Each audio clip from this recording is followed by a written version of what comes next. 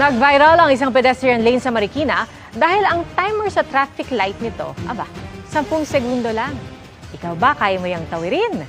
Yan ang tinutukan ni Darlene Kai. Paulit-ulit ang paalala sa lahat na tumawid lang sa tamang tawiran.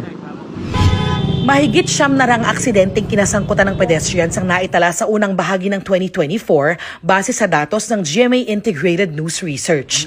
May namatay sa 28 na insidente, habang may sugatan naman sa 879. Pero saan ba lulugar ang pedestrians kung sa mismong itinakdang tawiran, mabangga pa rin sila? Ayon sa Republic Act 4136 o Land Transportation and Traffic Code, prioridad ang pedestrian sa may kalsada na may crosswalk o pedestrian lane, maliban sa intersections kung saan may traffic enforcer o traffic light. Sa mga kalsadang walang tawiran, kailangang magbigay daan ng pedestrian sa mga sasakyan. Pero sa isang bahagi ng Bonifacio Avenue sa Marikina na may pedestrian lane, tila nakikipagpatintero sa mga sasakyan ang mga tumatawid. Mas nakakalito kasi yung iba pong sasakyan, humihinto sila, yung iba hindi. Siyempre nakakatakot, baka may bigla kaming mabangga, di ba?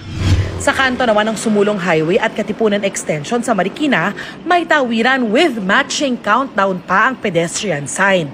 Ang problema, 10 segundo lang ang oras para tumawid. Napagkatuwaan tuloy yan ng netizens. Pati ako, kumasa sa challenge. Simula na ng 10 segundo, tignan natin kung kakayanin ko. Kailangan, kung hindi ka naglalakad ng mabilis, talagang tumatakbo ka para umabot. 3, 2, 1. Umabot tayo doon sa timer. Saktong-sakto lang. Pero kasi isipin nyo, medyo bata pa ako. Paano kung yung tumatawid, senior citizen, PWD, may dalang bata o kaya buntis? Kakayanin ba nila yung 10 segundo? Masyado maiksi naman yun. Di ba? Kung lalo na kung matanda ka, pareho ko, 85 na ako, hindi naman ako pwedeng tumatakbo. Sa isang mensahe, sinabi ni Marikina Mayor Marcy Teodoro na sa MMDA daw galing ang traffic light pero nag-iimbestigan na rin siya ukol dito. Sinusubukan pa namin kunin ang pahayag ng MMDA. Para kay Gus Lagman ng Automobile Association of the Philippines, may kakulangan sa pagpapatupad ng mga batas sa kalsada. Dapat laging maingat ang mga motorista lalo kapag nasa intersection gaya rito. Kapag intersection, dapat mag-minor sila. Di ba? So, it's safer to cross doon sa mga intersections. Bukod sa mga motorista, dapat responsable rin ang pedestrians.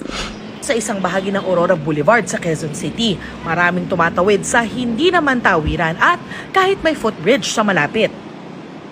Malaki rin daw ang maitutulong ng mas magandang mga infrastruktura gaya ng signages at iba pang teknolohiya gaya nitong sa Makati City. Stop. Signal is red.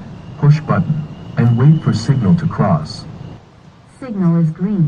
May sensor sa may pedestrian lane kaya mapipigilan ng tangkang pagtawid sa gitna ng traffic. Para sa GMA Integrated News, Darlene Kai, nakatutok 24 oras.